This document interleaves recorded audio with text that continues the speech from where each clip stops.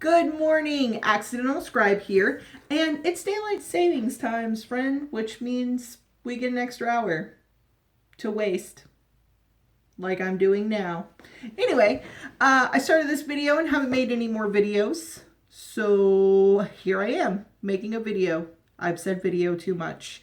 Anyway, I am here because yesterday we went downtown, the husband and I, downtown Houston, and we went to Thompson's Antique Mall.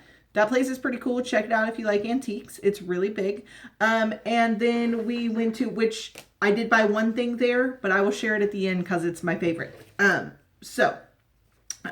But I went to one of my favorite places, and that is Texas Art Asylum. Super cool store. So neat. If you are into mixed media, art of any kind, collecting, you need to go here. The baby head, because they have lots of baby parts, like baby doll parts, not baby parts. Check them out on their website. Just Google Texas Art Asylum and they'll come up. They sell a lot of things by the pound. They have so much stuff in their store. It's just insane. It is just, you want buttons from the 90s, like big ones that people made, Kiss Me, I'm Irish, they've got it. You want jewelry by the pound, costume jewelry, they have it. You just random stuff, because what it is people throw out all of these things and donate it to there, and then they sell it. And it's really cool. It's like Goodwill, but not clothes. There's no clothes. Everything for repurposing. And speaking of that, this is where you're about to see all the cool things that I got. And sorry if this video sucks because I'm new at it. I'll get there. I'll figure this out. Anyway, as I was saying, they sell some things by the pound. So art supplies, $8 a pound. And they have tubs of all kinds of paint. You want oils, you want acrylics, you want craft, whatever you have, they have it. So yesterday I found these two tubes of Liquitex Basics, primary red, primary blue. I haven't bought these yet, and they feel like full. Like they feel like a brand new tube. They look like a brand new tube. They have not been used that much, and they got thrown out. And yeah, so I grabbed those, and along with some brushes, I use this here, matte gel medium, and this is just the Hobby Lobby brand, but I use that as my glue, my sealer, whatever, for my collages. And so it eats up brushes. Like the bristles will stick together, they harden, they crust up. I'll have to cut them off to just reuse brushes. And yeah, so to buy several of these brushes that are going to get torn up anyway, garbage brushes to become super garbage brushes. Not bad. And a fan brush, because I've never had one, and I thought it would just be fun to try and see what kind of textures it could create. So this $4.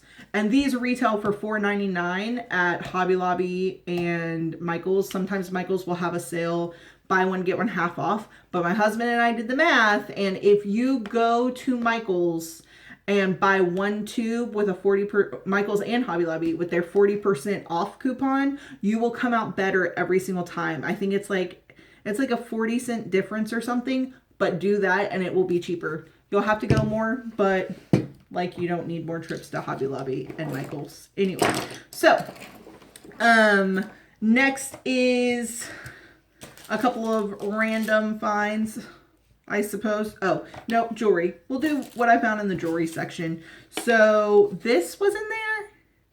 Put it back on its little thing so you can see. It's just a little frame, but it would be cool to add some depth, to maybe put a picture in it for a collage.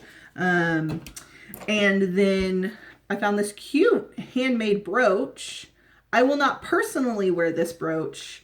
Not quite my style, but it will look fantastic on a collage.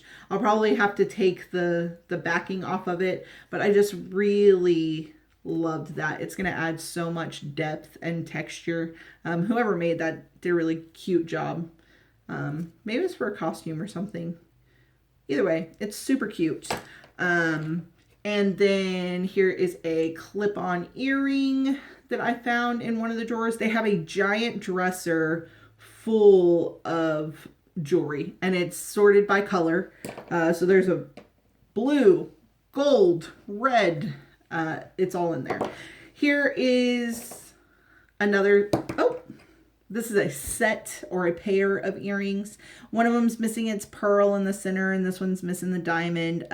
Unfortunately, I will probably cut the backs off of them and turn them into art, like put them on a collage. But something I love about these, and every time I find them, I end up purchasing them if they're not too much, because I find them fascinating, is these are screwbacks. Like, so a traditional clip-on earring is like that, and these instead, let me hold that properly there, you would put your ear in there and then tighten it accordingly so that it would fit and not fall off, and then you would have to unscrew the back of it so you could pull your earring off to talk on the phone. And I just find that so cool and so fascinating, because that is a lot of work, like, to look good. But that's what ladies had to do. I suppose we still do. Yeah. And then another thing, I've been looking for watches, like small women's watches that looked old, because I wrote a certain character and I was like, she definitely has a watch. Like, she has a watch. And I found these three yesterday. This one, I do not like the band, but it is, I don't know if you can see the big crack in the face there. I just loved that it was broken. So that's going to be super cool in a collage. I will likely take the band off of this one, but these two will get to keep their bands. Yeah. And I also find it really fascinating to find out when, I love seeing when watches stopped, when the hands, what they're stuck at forever. And I try not to wind them or anything because I want them stopped exactly where they were stopped at. So random, we're at the checkout and my husband's like, hey, do you want this? And I'm like, absolutely, I want that. It's a Volkswagen key and I drive a Volkswagen. And I don't know what I'm going to do with it, but it's really cool. Yeah.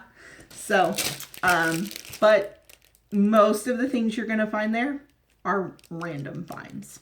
So, this is a random, I guess, wedding floral that I found, but thought would be perfect because I have a lady who is wearing a corsage. And I thought, oh, I can just add a little piece of lace to this. Or if I don't use the whole thing, I can cut it up, whatever. It's going to get used. It has a purpose now. Whatever. So I also, in the sewing section, like I was saying, patterns. So many patterns. And what's really cool about this is if you do any sort of mixed media, paper collaging, this paper is so cool. One, it has lines. Two, the color is awesome. Three, you can wrinkle it and tear it so easy.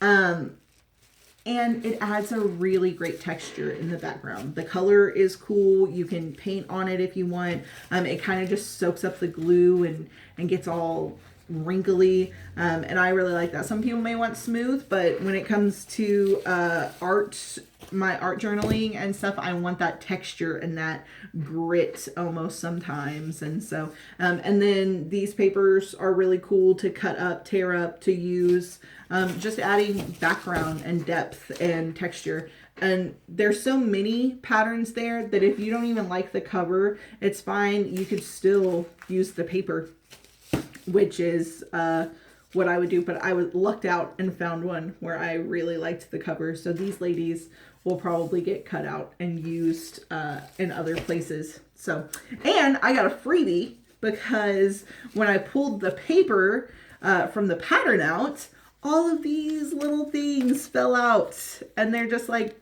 pieces of torn up paper. Some of them have writing on them. I found one that says regnant. So someone was pregnant and it got all torn up. Maybe they were writing this letter and they hid it in the pattern. I don't really know, but there's some typewritten pieces. And some people would look at this and be like, oh, Rachel, why are you keeping garbage? And here's the deal. It's not garbage because it's going to get used. Like little typewritten, just a little J on there, but whatever. Yeah.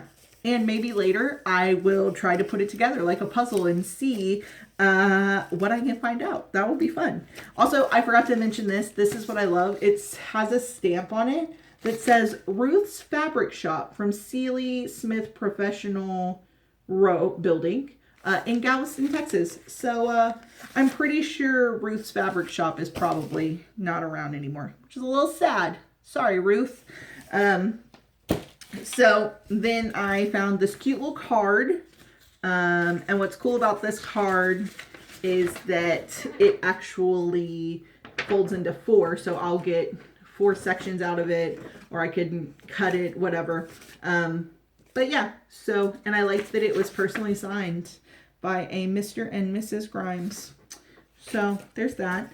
Then one of my things that I was super excited about, I was almost out the door and I ran into vintage stationery pack for $5. Yeah, boy. There were some business card blanks, which will be great for stamping, whatever. They'll get used. Several of these envelopes, just plain white envelopes, but then they have an address on them. Ralph F. Vogel, 1007 Forestburg, Houston, Texas. So, Ralph, I have a lot of your stationery. I don't know that you're around anymore. If you are, I have your stuff. And it's going to get used. It's pretty funny. Just some envelopes. I don't know that they were really vintage envelopes. This one is. It was definitely used. More Ralph F. Vogel. And paper with his name on it. Just a little bit. But my favorite that came out of that pack was, I have a giant stack of Miss Adelaide Hanson, 306 Comanche Road, Glen Allen, Virginia, of her personalized stationery. So here's the deal. If you want a typewritten letter from me on Miss Adelaide Hanson's stationery, I will definitely do it. Give me your address. I will typewrite you a letter and send it to you in the mail. Probably in Ralph F. Vogel's envelopes, because that's what I have right now. How funny would that be? Yeah. How confused would the poor person be who has this on the back and then another address on the front? No, I won't put my address on it. You won't be able to write me that. I don't know. Maybe. We'll talk about it.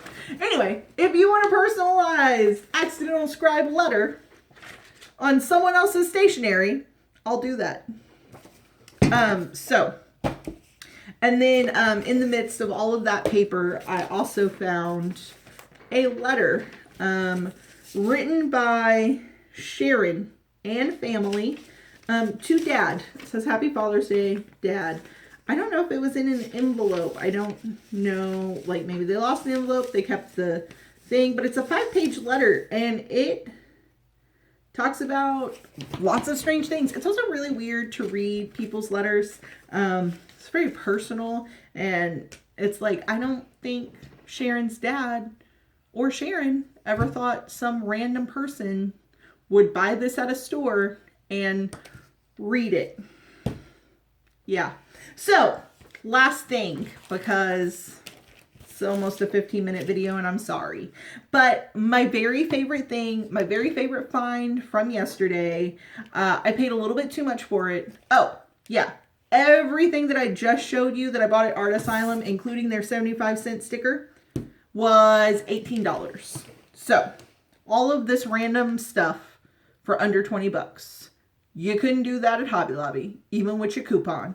All right, so on to my absolute favorite thing is, yeah, I spent $4 on it and way too much. I thought but I'm so excited about it. I'm so in love. All right, here it is. It is a letter from someone named Anne to a Miss Elsie Burkhoff, who lived on LaBraville Street in Houston, Texas. And this letter is from June 2nd, 1941. Guys, this was before, like, during World War II, okay? Can you wrap your brain around that this letter has been around since then? And it's just so stinking cool. And so, Anne, I'm sorry I read your letter to Elsie, but also it's amazing. And it's just in beautiful, like, pristine condition. And, yeah, so cool. And I'm really excited about it. This will probably not get turned into collage mess. It's gonna definitely, look at that, get framed. I'm gonna have to get a bigger frame so that I can put both pieces out. But yeah, I love it. She's talking about how she's working with salesmen and her uncle, and I don't know, really cool. I loved finding that yesterday, and my husband only thinks I'm a little ridiculous. So, happy daylight savings time. Thanks for tuning in, and hopefully I make more of these soon. Have a great day. Accidental Scribe out.